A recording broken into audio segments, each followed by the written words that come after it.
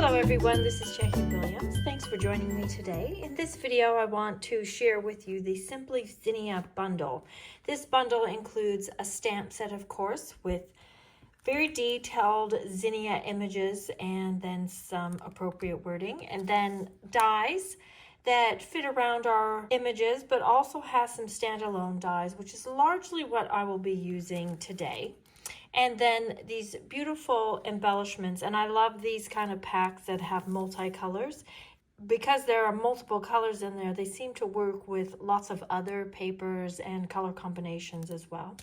And then there is a folder. I think you can kind of see that. So there's just some zinnia flower patterns in there. And the papers. There are 12 sheets in the pack. I have 6 here. This particular print, this is all I have of this one. And one side has larger, busier, more colorful prints. And then the other side is a little more solid. And then the other side of this one has some smaller flowers on it. So these are quite useful even when you're not using the zinnias, these more solid patterns. Now the project I want to share with you today is a little bit of a fun fold card. This is 4 1/4 inches across by 7 inches tall, and I've scored it at 1.5 inches just to fold over that little piece there. And then I've cut a piece of window sheet that is 4 1/4 inches wide by about 5 inches tall, and I'm going to put a piece of tape across the top there. And then I will place my window sheet so it lines up with the sides and the bottom of my card, and then go ahead and press that down like this. So we have a whole card and a portion of that is made with window sheet. Now this is not very attractive, so I cut a piece of white.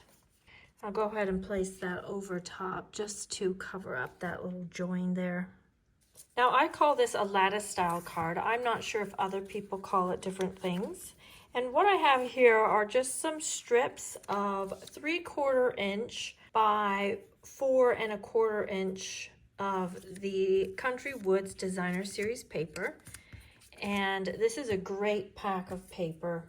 Really great for just neutral backgrounds and for cards for guys, but also makes a nice contrast and backdrop for more floral images as well.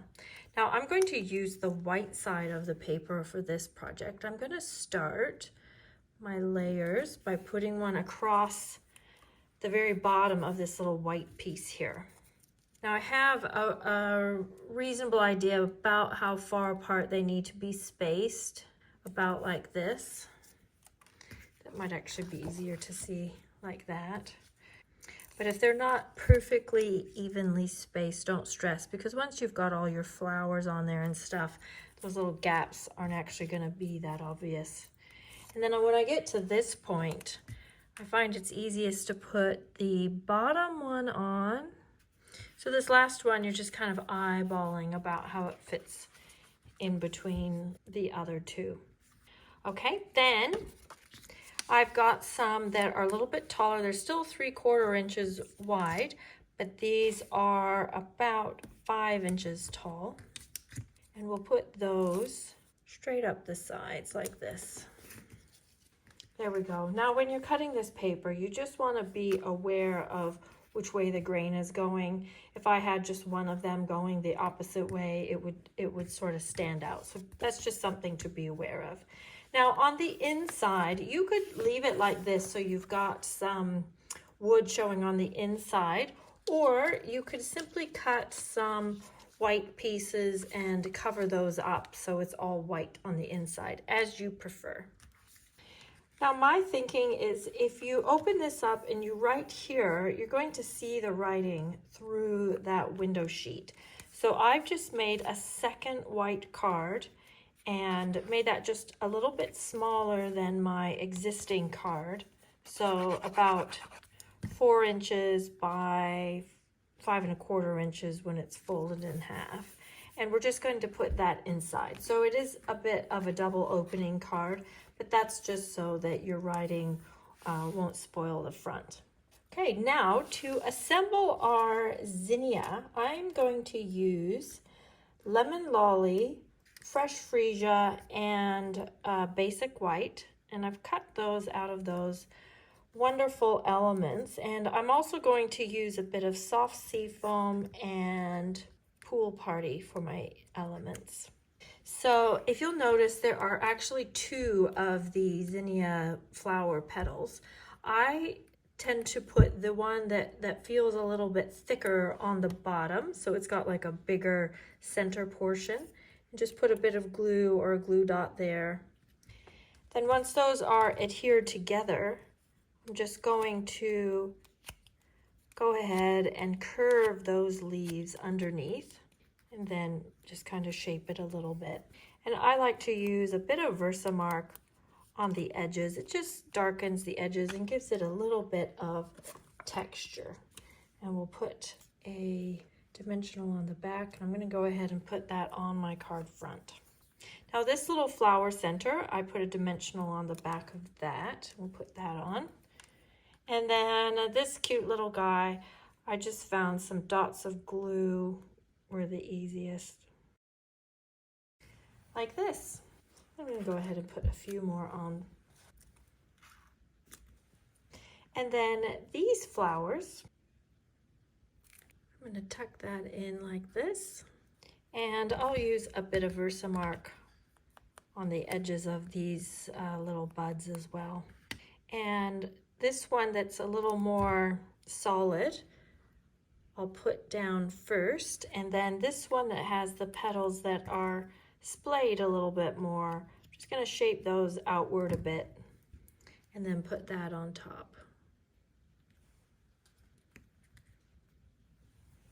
Okay, next I've got my words prepared. I've embossed those on black, and then I'm just going to tie a little bow with some linen thread. Actually, this is just a strand pulled from the polka dot burlap trim. I just really like the color of this particular trim. It's just a little more yellow than the linen thread. But if you just have linen thread, then that will be just fine too. And I'll just find a spot to put that.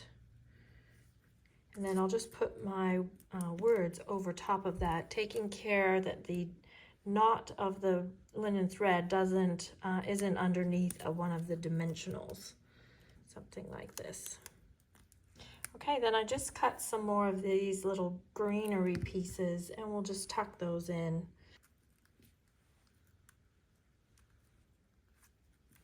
Now we just need to add some gems. And I like the yellow sequins, but I think they might disappear a bit on that wood. So I think I'll use these more solid yellow dots from the Rainbow Dots assortment. And there we go. Now here's one that I made earlier using the darker side of the paper, and for this one I used Petal Pink and Pretty Peacock. And I did cover the back with the white strips so you couldn't see the wood from the inside. You may like having that extra bit of interest on the inside.